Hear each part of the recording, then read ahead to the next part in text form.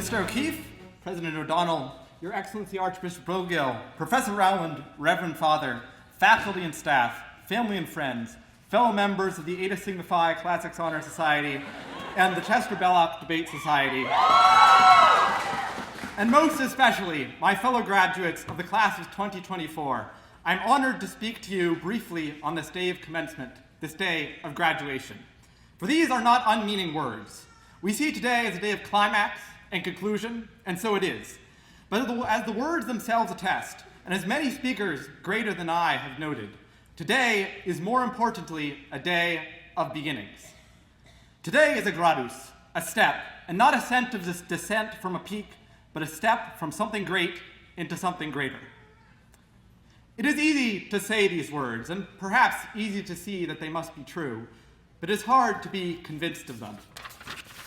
We know that before us lie many great goods: marriage, religious life, the priesthood, new possibilities, new adventures, and new ability to restore all things in Christ and preach the life of the gospel to a dying world.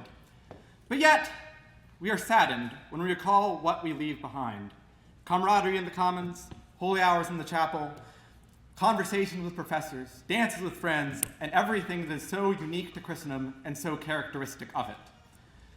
What in our new life can replace it, or what could ever surpass it?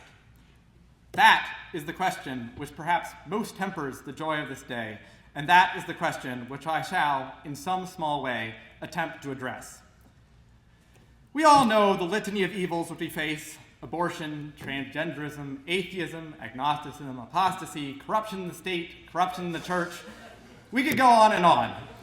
Some of these evils are unique to our age, many of them as old as the world. But there is one evil which we daily encounter but seldom discuss: change. For most of human history, a man could generally predict the next 5 decades. We cannot predict the next 5 years. Many things which are now ubiquitous were invented only recently. Facebook, YouTube, smartphones, Wikipedia, these were all created during our lifetimes. And ChatGPT was released only a year and a half ago.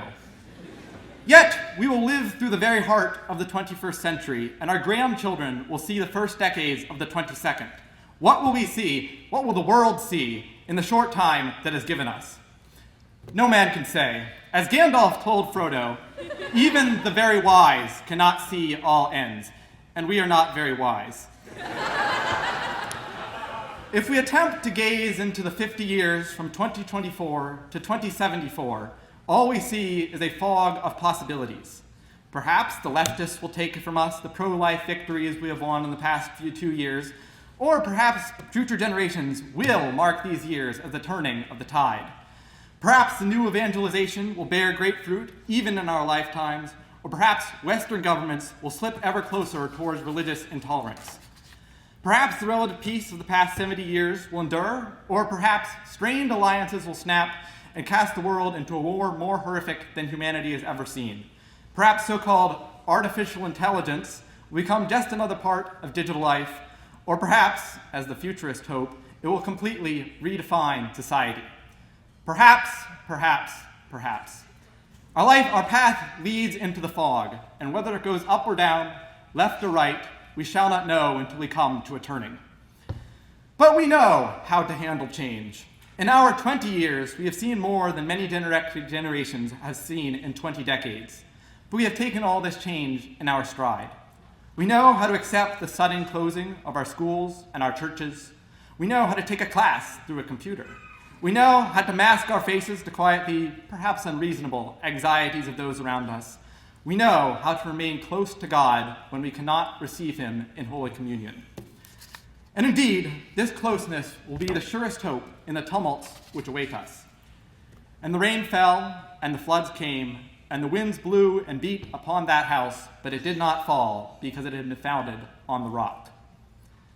God is the master of time, and it is not without purpose that he has placed us in this century.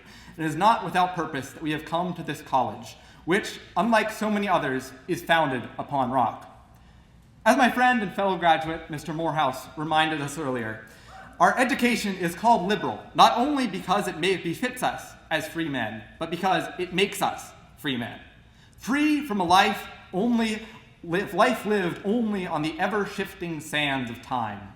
The truths of philosophy will outlist the mountains, and the truths of theology will outlast the world. Heaven and earth will pass away, but my words will not pass away, says the Christ. Saint Therese of Lisieux reminds us that our earthly life is only an instant between two eternities. Every moment of our earthly life has significance, eternal significance, but only because of this coming eternity. This is the true greatness to which Benedict XVI calls us in the quote that has become like a second motto for our college. Repeating the thought of St. Augustine, Benedict writes in Spe Salvi, and I quote, "Man was created for greatness, for God himself. He was created to be filled by God. But his heart is too small for the greatness to which it is destined. It must be stretched. By delaying his gift, God strengthens our desire. Through desire, he enlarges our soul, and by expanding it, he increases its capacity for receiving him." End quote. God offers to enlarge us all, and some he will enlarge by calling them to be saints of the sort that are canonized. But we should not expect him to give this calling to all, or even many of us. Most saints are not canonized. Most saints are not of the sort to be canonized. But who are we to say that the saints who are noticed by the world have been enlarged any more than those who are known only by a few? Both will be repaid by our Father who sees in secret. And so we can be assured that the immeasurable greatness of the beatific vision is offered equally to those who are visible and to those who are hidden, to those who walk with Christ and to those who walk today, to those who lived under Christendom and to those who live now under secularism, to those who died in the arena and to those who die in their bed, to those who dwell in the world and to those who dwell in the cloister, to those who lived in times of stability and to us who live in times of change. This is the greatness towards which we step today.